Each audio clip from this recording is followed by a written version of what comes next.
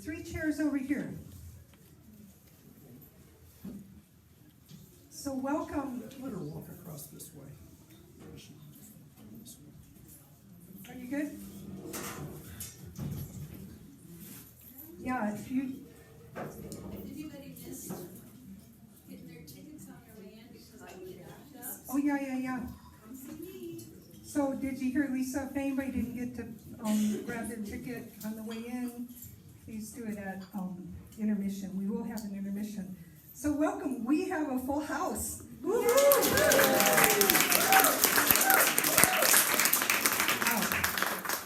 There's a jacket on that chair there, but I'm thinking it might be available, so. The jacket isn't what the chair is. Good point. That's my chair. All right, so, welcome everybody. Man, I'm so happy you're here.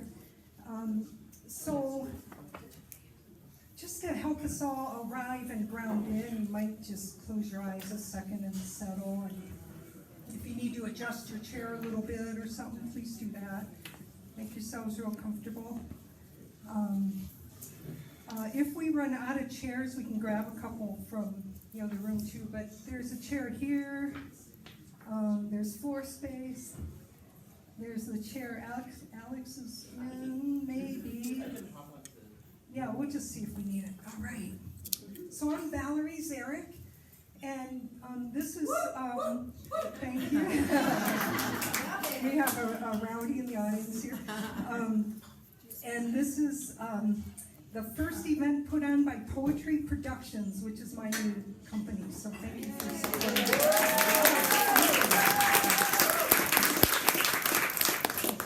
It's so funny. I thought I would do a little grounding by just getting us located, and I wrote down it's February 26th. So I wasn't very grounded when I wrote it down. So today is February 16th. It's Sunday, Lafayette, Colorado, 2020. You are here, you are here, you are here. This is our community this afternoon. Look what we've made. Look at the bright beauty around you. This was Valentine's Week. On Valentine's Day, February 14th, was also World Sound Healing Day. And people all around the world were joining and chanting and doing World Sound Healing events. So we're creating our music and voices to add to that today. We're doing this slow stretch from winter into spring. You might feel that.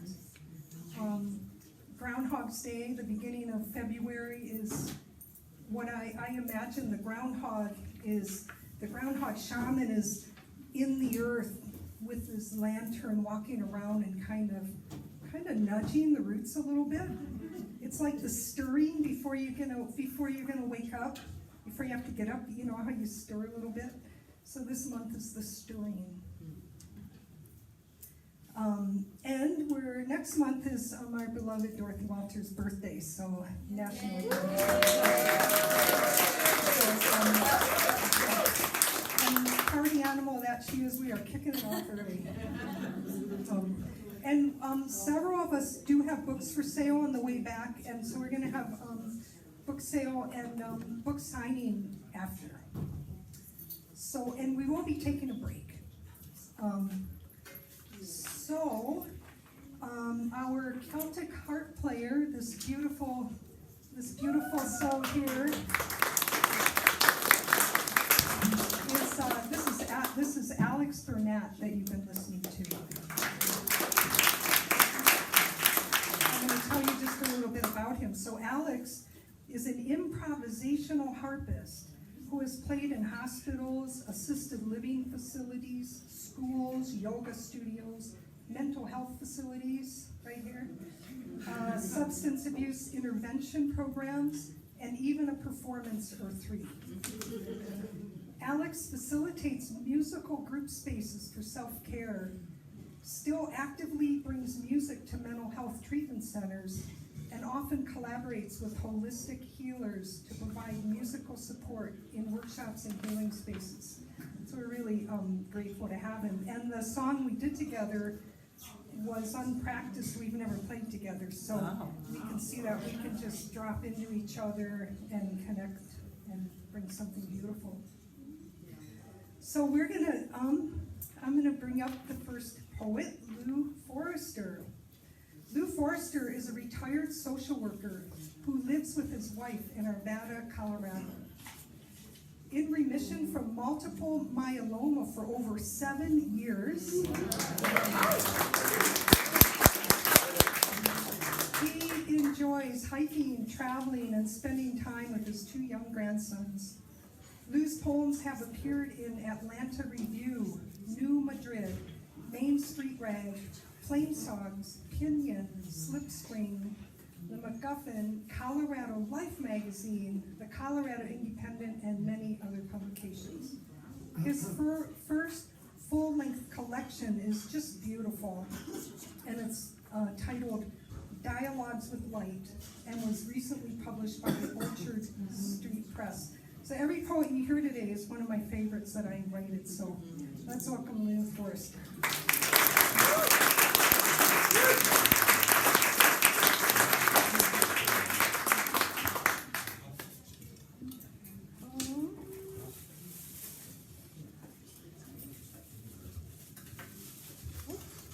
We have a little typeboard here. A little duct tape. Such a beautiful tape job. Here I thought I would be the mic Probably. person. How much we'll need it anyway. There we go. Right into it. All right. And don't go too far, Valerie. Well, this is a beautiful venue. Thank you all for coming out. Some of us don't normally get to read in such classy venues. So this is really nice. I'm not a performance poet, but I'm going to read a poem that Valerie really liked. I think when she heard me read it the first time, I heard a little shout out from the audience. So she had offered to play flute for anyone who wanted to hear it. So I'm going to read this, and we are, as she said, getting very close to spring. So can you guys hear me okay back there? Yeah. Is that okay? All right. And we are getting close to spring, so this poem is called In Praise of Persistent Green. It's kind of my ode to spring.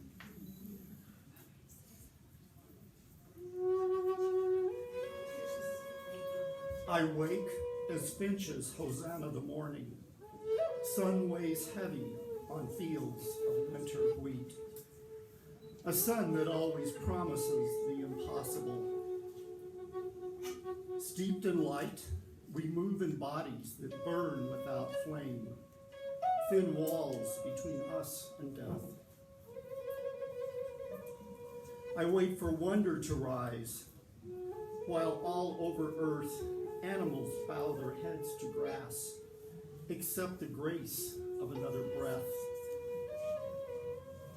How we quarrel with day, subdivide it with duty, still wanting something to raise us up, the way crocuses push through soil to splash yellow and purple over crusted snow.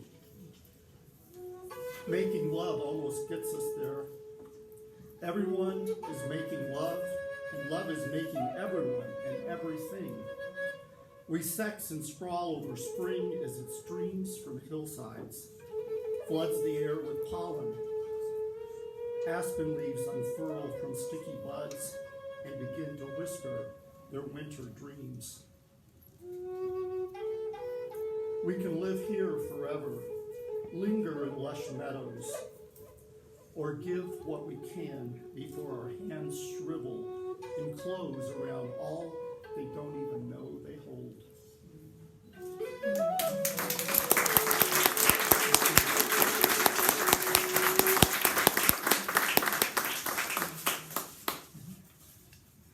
Thanks, my dear. Thank you, guys.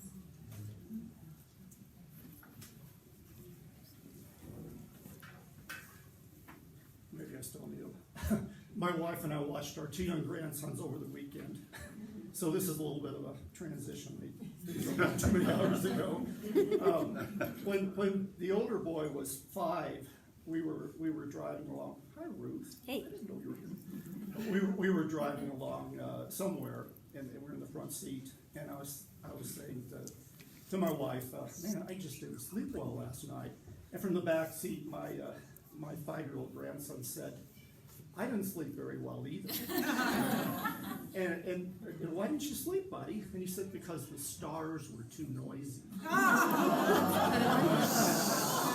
That's just wonderful. And I thought, well, there's a poem in that.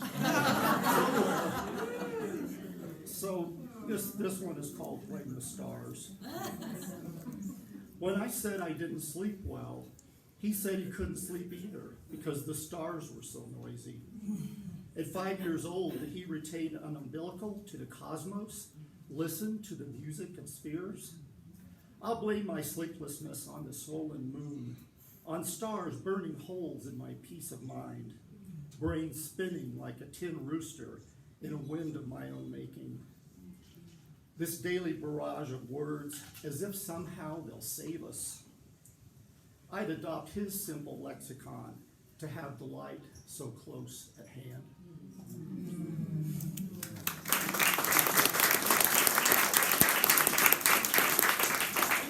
And so this is a newer one, and it's in 14 points, so I can see it. This poem is called Taking a Break from Words, and I had a period in the middle of last summer where I just felt like words were inadequate, insincere, whatever, hyperbole, whatever, all those things. So I took a little break, and this is the first poem I wrote coming back, taking a break from words. I just might begin to whistle and gesture like Harpo Marx, if anyone remembers him, and if not, it doesn't matter. I need words to explain, when I'd rather express myself the way light through leaves flutters across a wall, the way the elevated eyes of a giraffe see and convey everything, though its tongue is mute, but long and thick as survival, in a world of hyperbole, where words deceive me as often as serve me. So yes, for now I'll contemplate more than articulate, smile instead of simulate, happy to let silences pile up like snow on statues, content to let others feast on words while I fast. Well, maybe just a few bites here and there from a good book, a taste of the weather report, a nibble of conversation where I say sufficient syllables to be polite, while assuming the posture of a snowy egret, ever ready to take flight. Nice.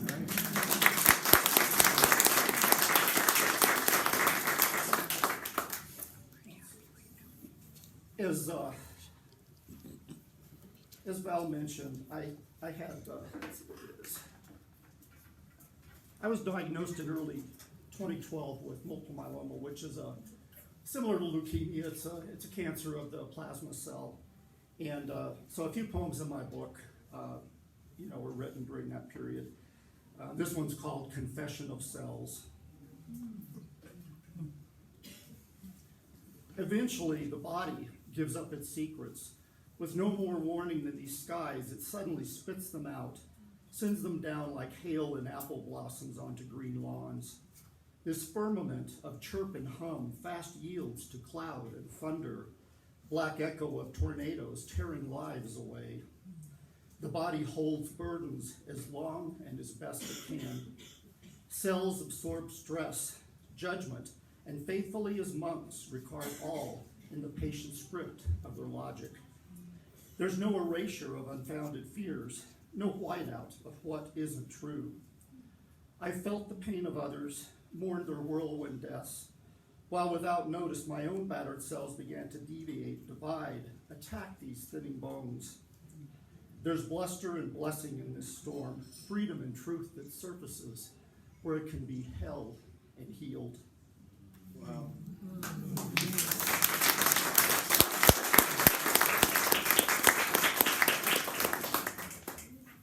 We had my wife and I took off just after we found shoot, I am not finding these. What section There it is. Okay, I didn't mark it, I found. Okay, my wife and I took off about a year ago for Cancun when a very close friend was just diagnosed with serious cancer, and we were hoping that my wife's niece wouldn't pass away while we were gone. So that kind of colored our trip a little bit. That and it rained a lot. And so this poem also has a lot of, some personal stuff here as well. But some of it's on the environment, which I also take very personally with what's going on. So it's called Dreaming Paradise Away. Palm trees make poor umbrellas as rain streams from mango leaves. Oleander blooms fall to pavement. A storm can make you feel like you've had a good cry with everything washed clean. And how deep the dreams I lie in as waves gloss the shore. I dream flesh defeating frailty while loved ones fade in the cancer cold we flew from. I dream my young body growing improbably tall until above a crowd that speaks a language I'm slow to learn. A boy wondering how far he can swim out into this life with the undertow of fear beneath him.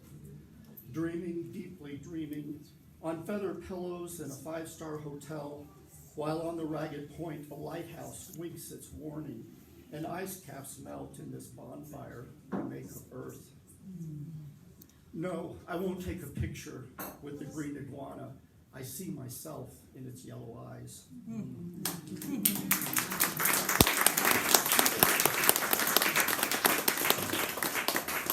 So time for one more? Yes. Okay. Another trip my wife and I took was a road trip last fall to see some friends, stay with some friends in Oregon. And we drove across northeastern Colorado. I don't know if many of you have ever been over there, but it's kind of one area you can drive where you don't see a lot of traffic, at least not on weekdays and so forth. So that sort of inspired this poem a little bit. It's called Wheels Roll Freely. And it's one of those where the title goes right into the words.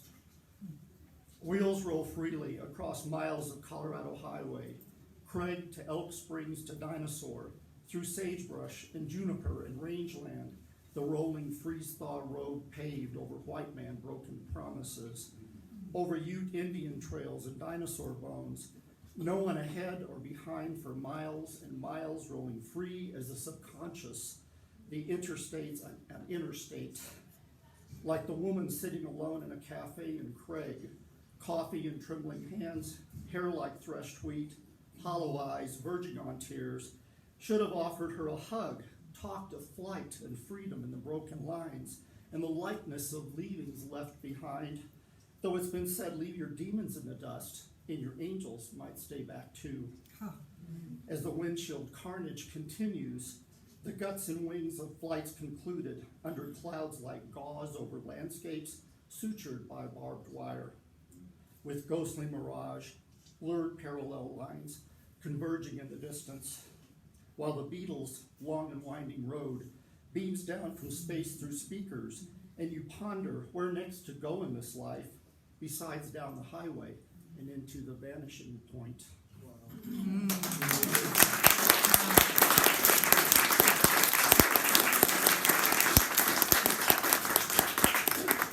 Thank you.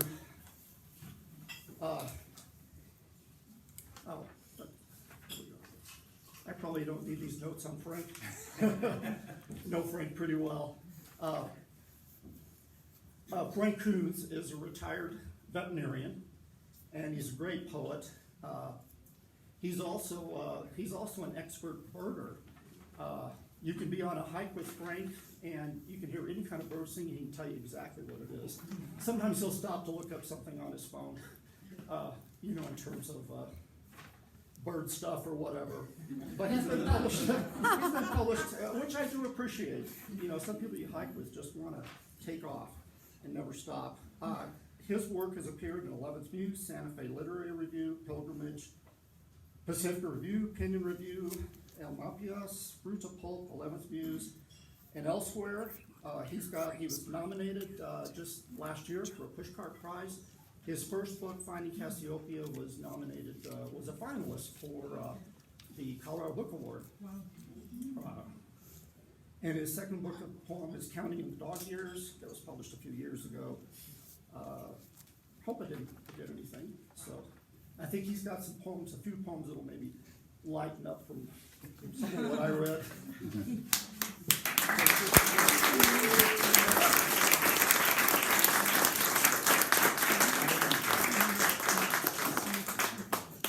Lou proves lyricism lives.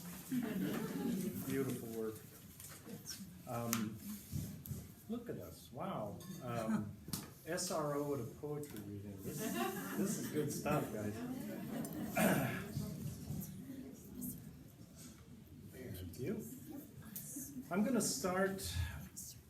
Our greater Colorado poetry community lost a dear friend this year.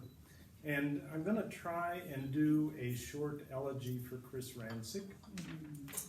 And most of the words and lines in here are his, the good ones.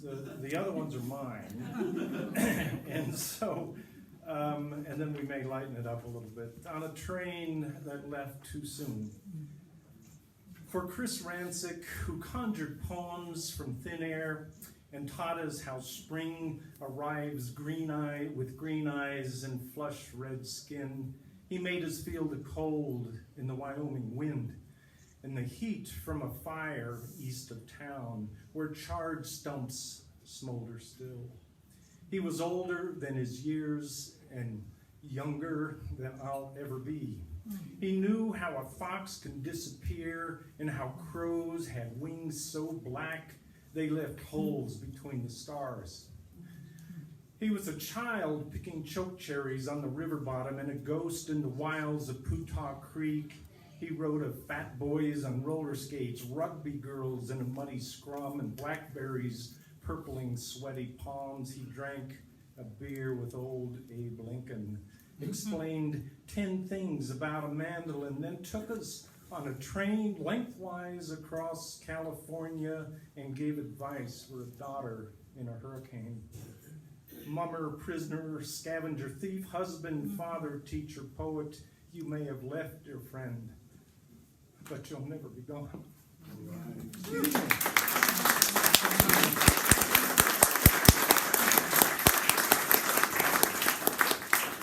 All right, I do think in dark times, sometimes it's good to add a little humor.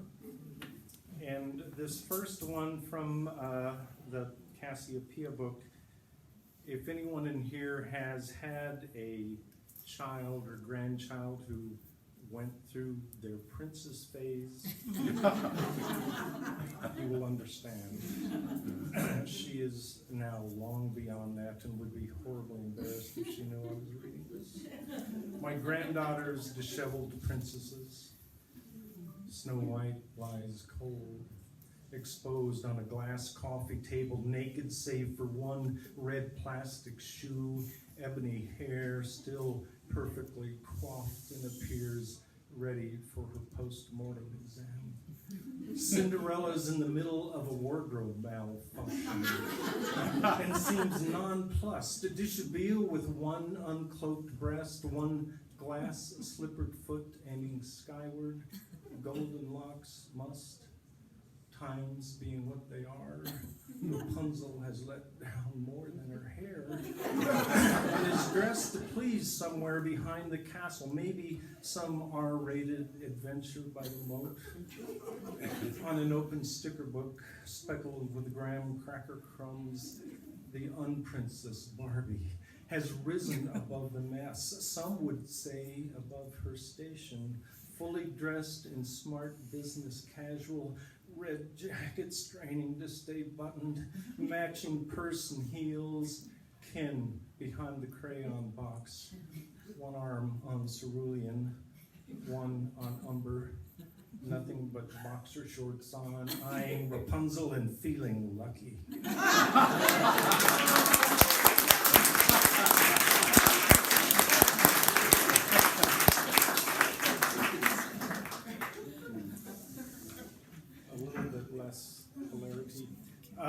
the title poem from the book Finding Cassiopeia, which is basically a nod to the disappearing night sky. Finding Cassiopeia. I had a couplet in mind when I started this. Something about mist over catkins, how the sharp stalks were softened in half-light, and blackbirds with red and gold shoulders stood like exclamation marks. I had a place for a blue heron fishing for sculpins and drew a parallel to patience. I knew then where this was going. Evening came all too soon. By the next stanza, crickets and the wood rattle of bullfrogs calling to a fried egg moon shanghaied my poem. That we live less than half the time is clear.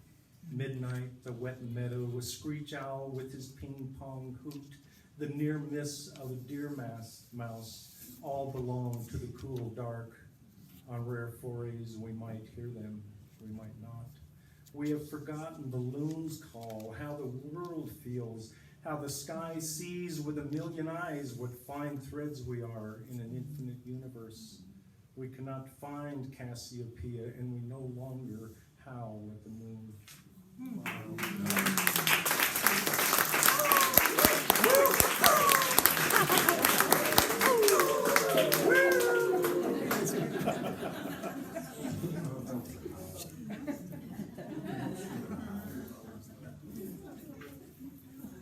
I'm going to read this tiny little 3-sentence job simply because, maybe it's in this one, because I saw this just the other day. There's so much frozen water out there, but on a little bit of frozen Plum Creek, I noticed these water striders. Everybody knows what these, yeah, they're not actually striders, but water striders. So here's my take on that. Winter teases us, and in unfrozen streams it pleases us to see them walking on water like so many Jesuses.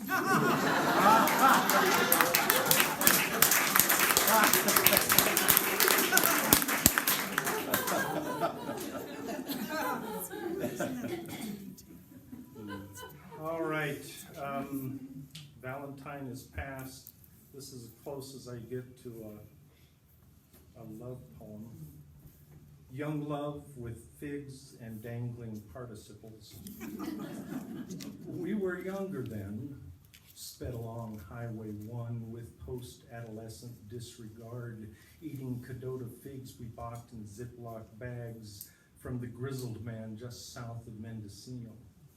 This was before the apocalypse of sins that comprises marriage, before we learned to duck and cover, before we pushed so much each other's buttons. We ate Cadota figs with abandoned skin, a mint green scrim covering chocolate jam, pinpoint seeds popping all the way to Eureka, the Pacific swallowing without a hiss the sun, even the tide, oldest continuously moving thing on earth, seemed new. We walked through pink-eyed roses to the headland's edge, peered into the long now of the ocean, lit by our very own moon. We configured our future by the light of it. We finished before we started on each other, the figs.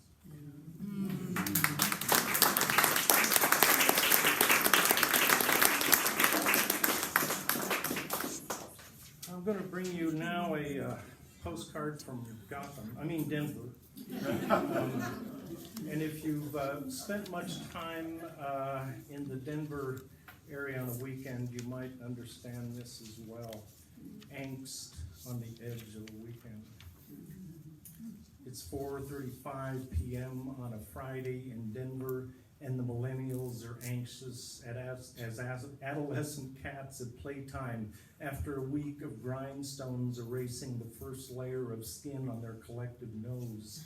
They have their Subarus adorned with bicycles, kayaks, skis, snowboards, and assorted play toys, and are heading pell-mell at a snail's pace for the maw of mountains, like ants on the trail of a newly dropped sandwich. And it's a widely known idiosyncrasy that they've moved here for the promise of peaks, champagne, powder, single tracks, white water, and open space from Des Moines, Bowling Green, or Pittsburgh, and now can hardly get there because of the crush of like-minded hipsters. I can't help but wonder if the recreative unwinding is greater than the amped-up stress of the fender-to-fender slog that will need repeating on the Sunday night return, or if while they schlep along on I-70, sun gleaming on the bright and limitless line of cars in front of them, they are thinking of the view of the Monongahela River they once had from their balcony in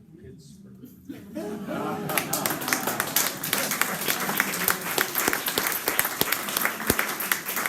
And it's so true, friends. Two more? One more. One or two shorts. Oh, I got the hook. Well, I'll leave you with this rather light piece as well.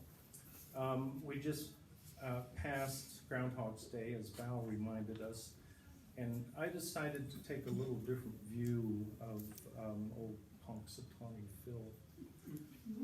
It's entitled Punxsutawney Phil Goes All Meteorological on Us. In retrospect, I underestimated Phil, myopic rodent coaxed out of his burrow for this yearly charade to pose before starry-eyed judges who wait not for his expertise, but his shade. But this year, he unfurled meteorological maps and spoke in a clipped British accent about radar results, descending millibars, advection fog, and katabatic winds. He lectured on La Niñas versus El Niños and how global warming made the polar ice cap look like the Lake of the Ozarks. He suggested what damn fools we are for ignoring 30 years of unambiguous data, that we need not worry about 6 more weeks of winter when soon we could expect 11 months of summer and snorkel in downtown Miami.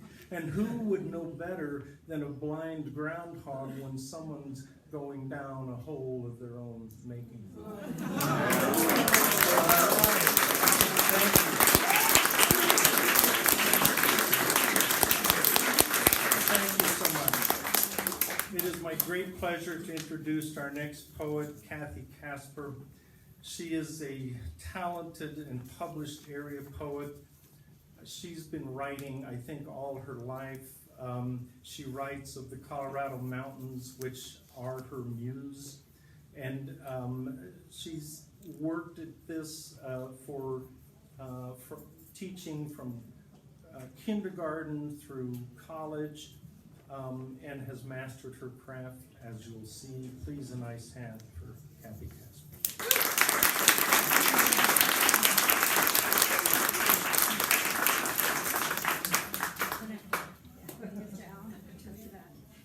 Okay, how about that? Yeah, can you hear me okay? Yeah? It's wonderful to be here. Wow, look at all the people. I had no idea. So, one of the things I love about poetry that I've been feeling, and I bet you have too, is the way the language has an opportunity to bring us all together instead of separating us. And the way it also offers us an opportunity to know our place in the universe. And so I'm just really glad that I'm a poet, and I'm glad that we get to have poetry together. I just think it's so beautiful. And thank you all for coming. Thank you, Valerie and Dorothy, for dreaming this up. What a dream, huh? Okay, so I'm Can you gonna hear start. okay? Let's be louder. A little Louder? louder, just talk real close in. All right. So Valerie's gonna play the flute, and I better talk loud, but she's gonna do that, right? Yes. And so I want you to imagine that you're out in space, and you can see the blue planet from out there. And imagine that you have a choice about being here. Just think about that, and why you might choose it. So this is called What If.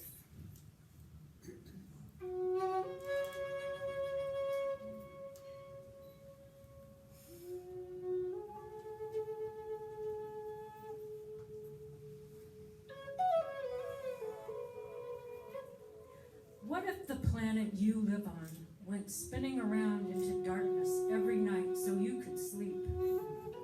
Stars all around you, some song you have known forever, but forgotten.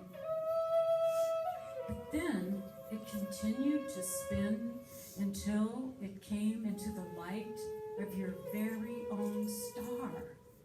And suddenly the light broke free, came spilling over the edge, copper and golden and white. What if the spin was much bigger than this? A dance between your planet and your sun, a dance of many planets, a solar system, a galaxy, a universe. And what if at the same time the spin was so small, too small to see? A whirl of tiny bits that made up everything that you might know or name and more. Earth, wind, water, fire, and all of it centered in cycles, in circles of spin. It would repeat like a rhythm, like the tide, like seasons, like the fullness of the moon. And you didn't have to worry about any of this. It just went on and on, like breathing, like heartbeats, all one long gesture of unspeakable love. And what if everything you thought or said or did could expand the wonder of it? Would you wake up each morning joyful and sweet? Would you drift off to sleep at night grateful and complete? Would you honor it? Thank you.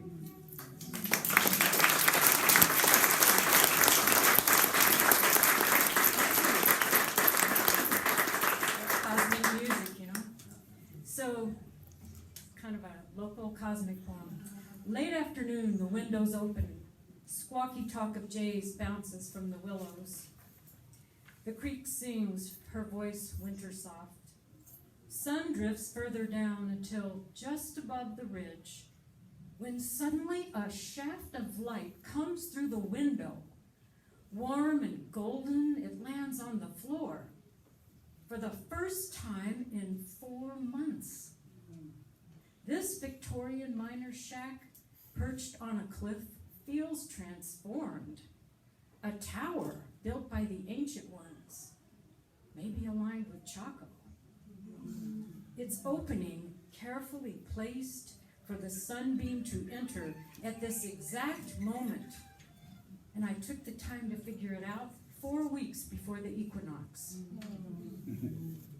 The windows of any dwelling can open unexpectedly to sunlight, moon, or star, placed as we are in the center of celestial rhythms. But we don't need a building to salute the sky. Aren't we the window open to the light?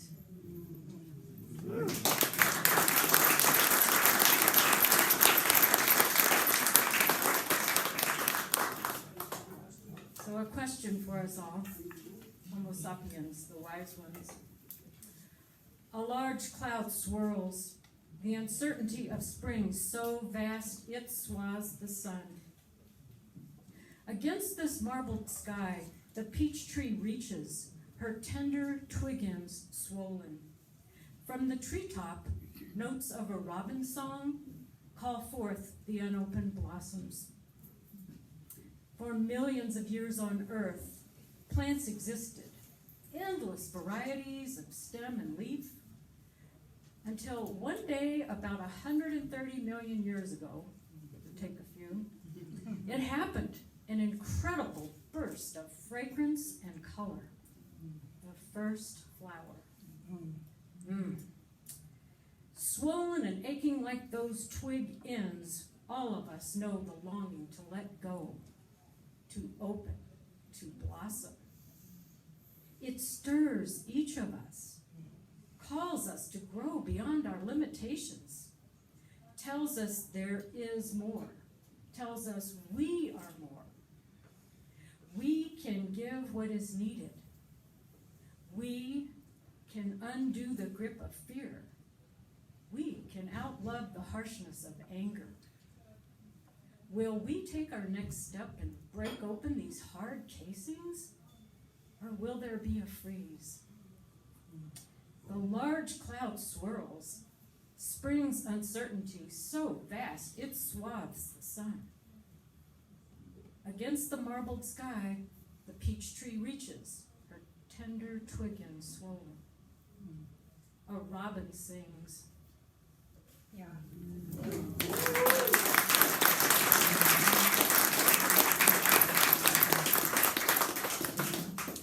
This is a Valentine for the Earth. It's my favorite Earth Valentine. It's called In the Middle of a Hug. So you've ever seen a halo around the moon at night, right? That was this night. So just now, a halo hugs the moon, and the Earth hugs the moon to her side, while the mountains hug the mesas, holding them close about the river, and the mesa hugs the valley close around the town. The deer who can't hug touch muzzles, while the chickadee hugs plum tree branches between his tiny feet, as you will hug me when I open the door. Of all these ways to hold close and make one, I treasure this four-armed hug. But when you go and hugs turn into waves, we need not feel alone. The moon knows the earth will hold her forever in their turning. So keep this awareness in your heart. We are always in the middle of a hug.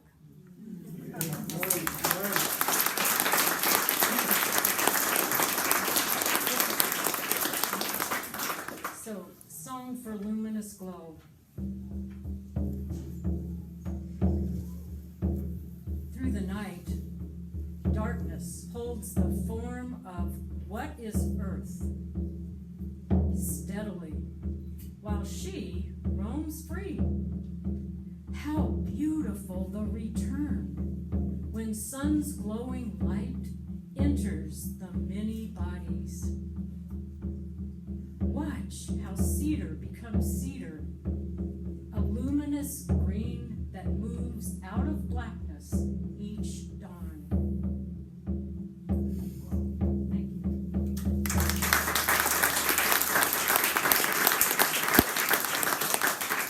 you. And this one, I want you to make the appropriate sound at the end of it. You'll know what to do. I know you do. It's a song that's been heard over the western land for nearly 1 million years.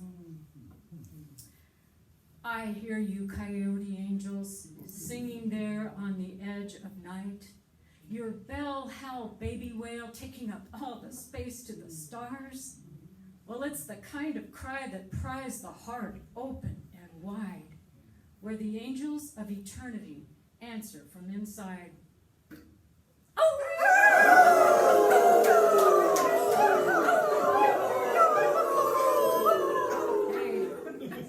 Let's hear it for the earth. Thank you. And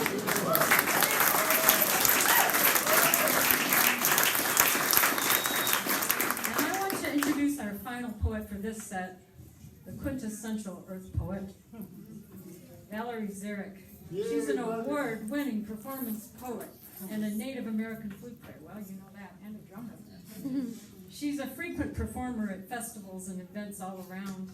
She's played at the International Young Leadership Conference, the Mercury Cafe, the Telluride Library Festival, and Ziggy's Poetry Festivals. Yeah. She won the Denver Open Media Mary Ehrlich Theater Cultural Arts Poet of the Year. That was 2018-2019. Her poems are human and nature-based, political, shamanic, and cross between the worlds effortlessly. Her poetry book, Signs of Life, was Colorado Authors League Award finalist and received an Envy Award. Her poem, Letters to an Unknown God, won first place in the National Poetry Federation contest. Her next book, Soar Ready, Medicine Poems for a Changing World will be out this year. You gotta keep an eye out for that. She owns and operates Breezy Mountain Leather. She leads ceremonies for the community and the earth and maintains a healing practice. I think we're in the middle of one now. She also teaches soul-centered writing groups at her home in Louisville. So, I give you Valerie.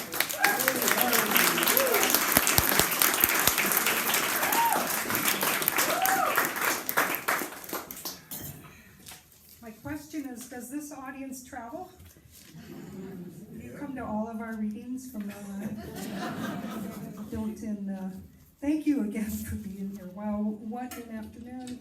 Thank you, Lou. Thank you, Frank. Thank you, Cathy.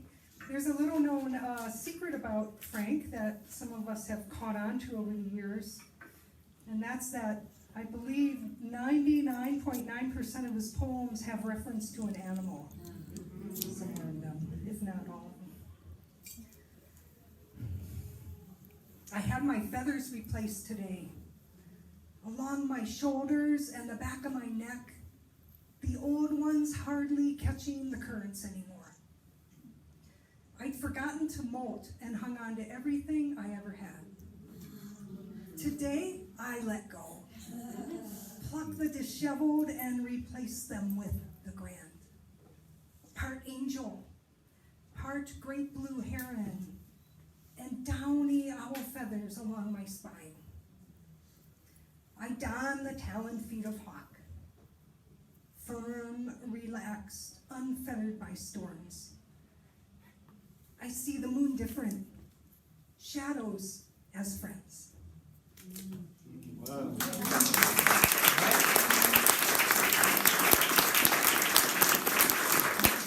That's the title poem to the book that isn't out yet. That sounds like a poem. It does.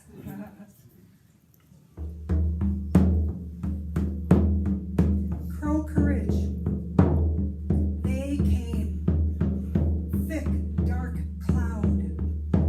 7 o'clock every day they soldiered overhead to the gathering tree, raucous, laden in black. Plans drawn, reports given, orders called, loud agreement.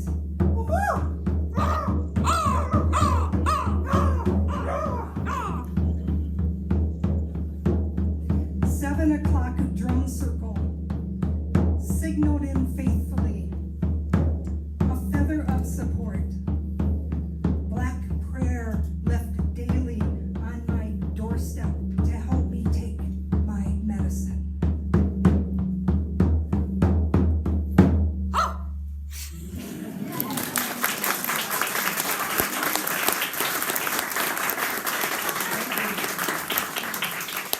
Thank you, reliable raven woman.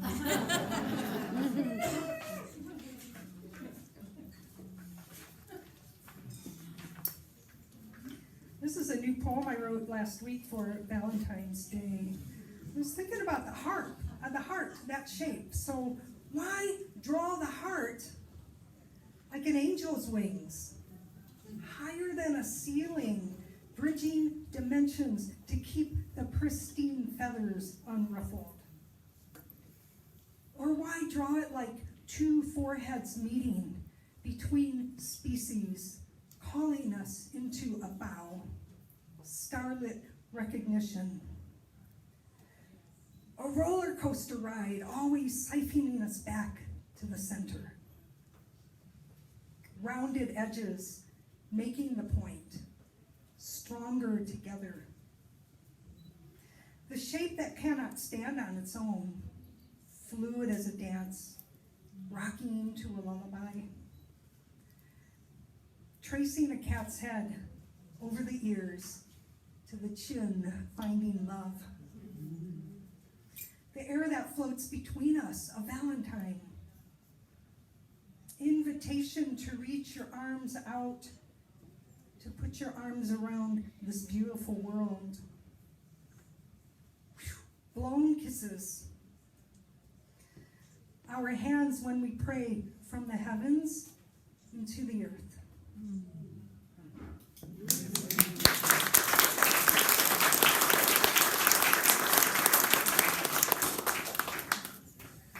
So this one, we're going to imagine a little flute in the background. So do you hear it? Indigenous. I'm an original, born to this land. My first blood watered the native Michigan rivers. Red cardinal song. My afterbirth seeded flaming aboriginal maple trees. I left my rubber soles by that particular road and carried a pine wood flute to the circle of elms. We knew each other's names, and they never wavered, never struck, never dressed in rage. They whispered my true names, my wind names, my land names. They grew skin like desert canyon walls. They sheltered nests of baby mice in their roots. They stitched together the marrow of my bones, threaded with the blood of my Russian Cossack grandfathers, who invaded the Polish farms of my grandmothers. Don't think about it too much. All escaped across an ocean, into gang fights and fur coats and knifings in the Detroit bar they founded. But I seek the amnesty of trees to feather my bones. Indigenous of earth, my hands open to the dark soil, to the light, full, crystalline moon. My brothers stayed to wear the two right shoes of righteousness. They see my branches as enemy. But I was born to this land. I marry willows and bear children each spring. I synthesize the sun into shelter for all my relations. I bury the word them in the earth with the seeds of other until they sprout as us. Not woman, not poet, not crossed, not voter, not veiled, not stoned, not alone. We return sky spacious, indigenous selves shared. Not the few, but all.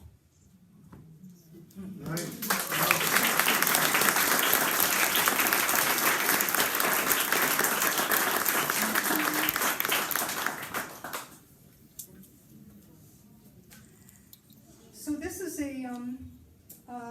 one of our most famous, most beloved poets in our history is Mary Oliver. Most of you know her. And a year ago, January 17th, she died. And so I wrote this to her, a tribute poem, This Winter's Day for Mary Oliver.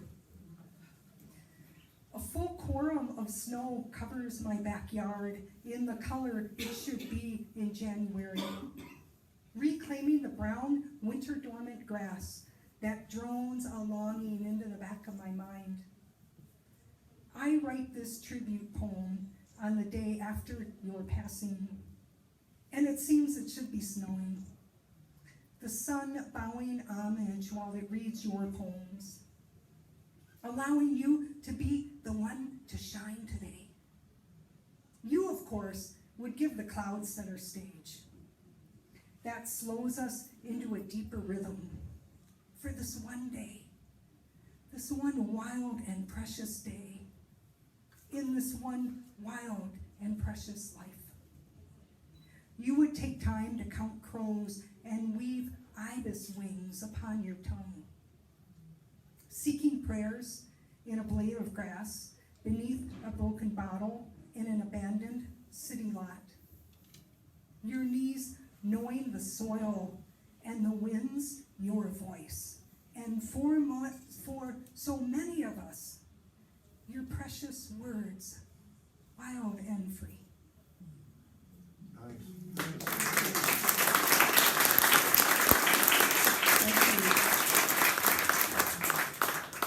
So I'm going to tell you a story.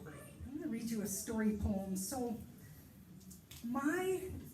we need practice today. We need something to bring us back, return, keep coming back, return. Those are my really powerful words. And so what brings you back? For me, it's writing. So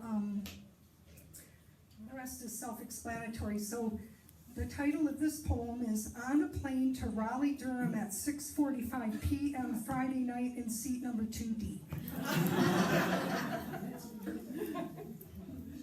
I write because I suit up and show up rather than shoot up and shut up. I write because I'm willing/learning to live messy/human. Translation, sober. I write because I travel to family drunk fests/weddings.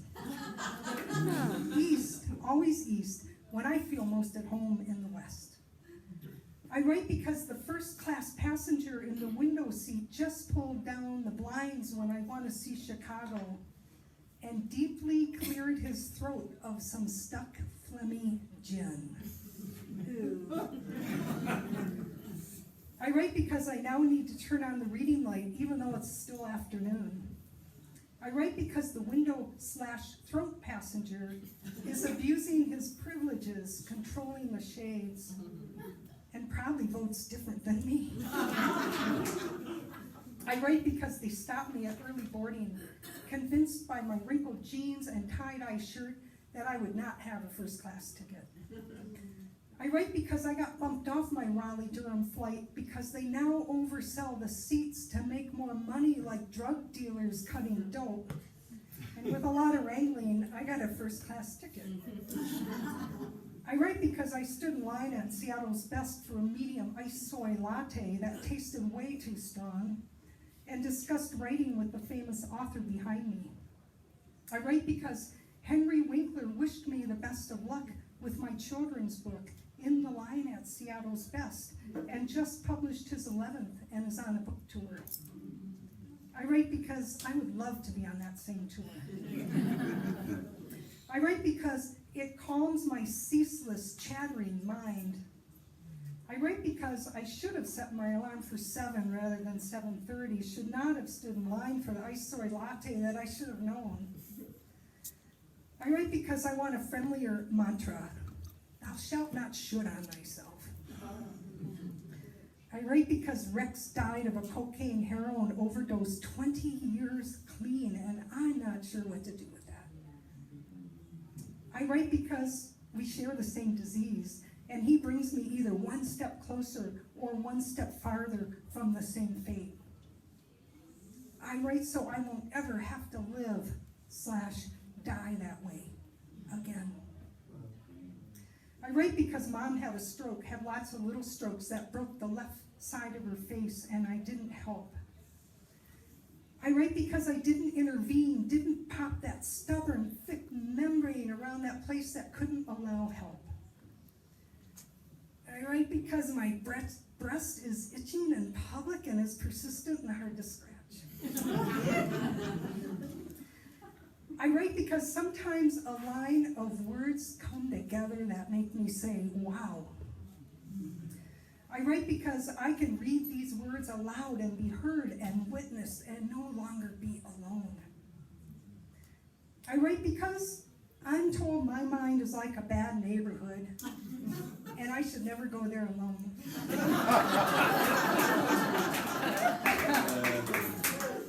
I write because once it's on paper, it can often leave my mind and body and sometimes leave me be. I write because I want to have more compassionate thoughts towards the world and myself. I write because this is a great place to deposit those other thoughts that clamor to express like a 5-year-old needing a snack and a nap. I write because eventually my mind has a less urgent need, and my breath gets a turn. And at this moment, the window passenger lifts the shade to reveal the outside world. Remember him? I write because now I know they really do feed you in first class. I write because I no longer have to drink with dinner, lunch, breakfast, or family weddings.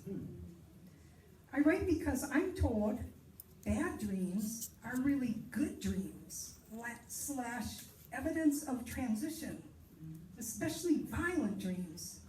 So I must really be changing. I write because that phlegmy window passenger is much friendlier after his third drink. I write because I want to be peaceful. I write because the drunk, friendlier window passenger is turning his newspaper Wall Street Journal pages loudly and aggressively, and it hurts my ears. I write because I have earplugs, and every time I put them in, the flight attendant walks over and talks to me. I write because I decided not to wear the t-shirt I knew I needed to wear, was excited to wear, and now I've been too hot in 2 airports and 2 airplanes and 1 rude customer service rep and 1 soy latte with Henry Winkler book fonts. I write because I'm wearing my turquoise shirt, which is usually my favorite, but I'm feeling dumpy and grubby and fat and ashamed and not good enough because I'm going to see my family. I write because what I usually love changes around them. I write because around them I hide who and what I am, who and what I love, who and what I worship. I write because in my dream, Mama Bear chased me all around and I ran away scared. I write because she told me, you have to plant your feet and roar like a bear. I replied, then I'll be abandoned. I write because she told me, you've already been abandoned. You have to plant your feet and roar like a bear to attract other bears. I write because I dream that's true. I write because my palms sweat when I try to trust that there are bears, or at least bear friendlies, in my family. I write because I imagine there are only bear rug collectors in my family. But I write because I still show up to the bear rug collector's wedding. Even in the wrong clothes, even 5 hours late, even still sober, even though they vote different than me, and even when they are in my violent dreams, I show up, and that is why I write. Amen.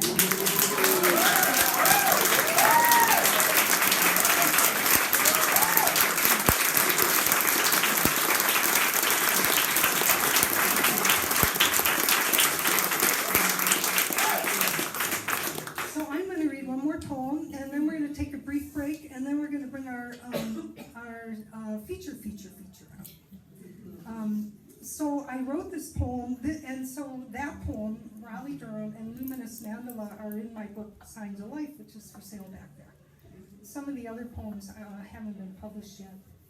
So I was commissioned to write this for a wedding poem, and I realized that it's a community poem, so I'm dedicating this poem to all of you coming together as community today. So thank you for being here. Luminous Mandala. I remember myself before you. Even the gods were lonely. My days were prayer flags from a high mountains, longing with no winds to move them. I looked into the long cobalt sky and couldn't feel my edges. But then you appeared. Spiral to my spiral. Inhale to my exhale. The wind of our hands rising, meeting, lifting me from who I thought I was. We are ready now to become the ones we know each other to be. You are magnificent, star song. Seedling, the calm pond at the edge of the spring creek. the ray illumining this day. You, luminous mandala, woven tapestry, the vertical ruby threads to my spun blue horizon, drumming the wind, lighting the path of night. You, the poem that changed the moon, from silver sliver to overflowing full. My simple coyote cry answered. You are the mortar between the granite stones of my foundation. The fire that lights the sage, the cleansing smoke, the renewal.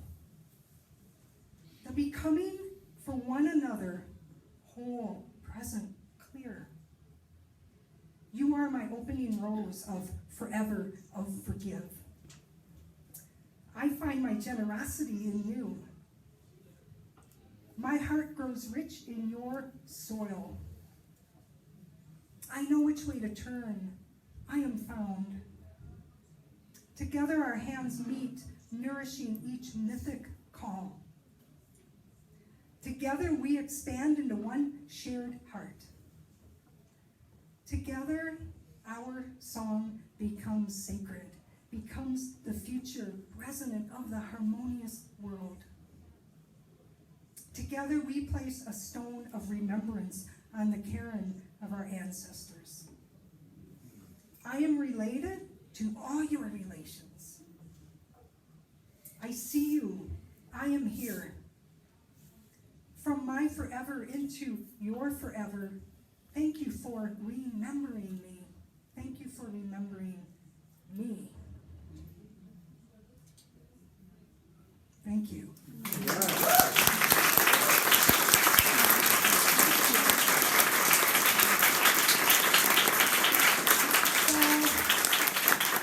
Yes. When we disembark, can we disembark by rows? Yeah, and so we're just gonna take 5 minutes, 10, whatever we need. We're gonna try for 5 because we got a late start. And so yeah, 5, so if you just wanna stay sitting, that's great. Cathy's back there. Thank you.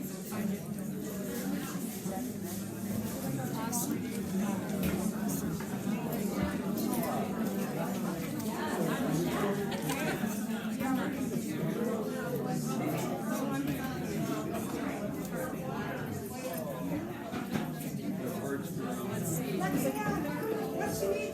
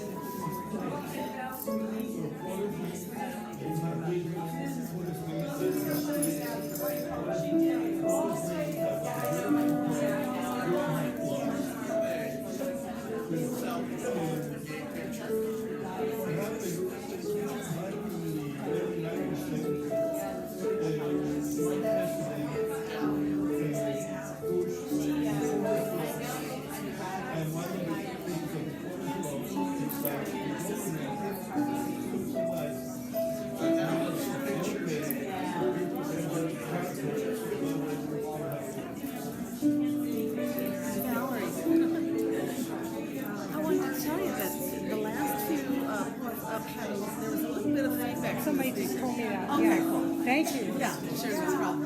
Hi, Casper. Well, it wasn't just you, it was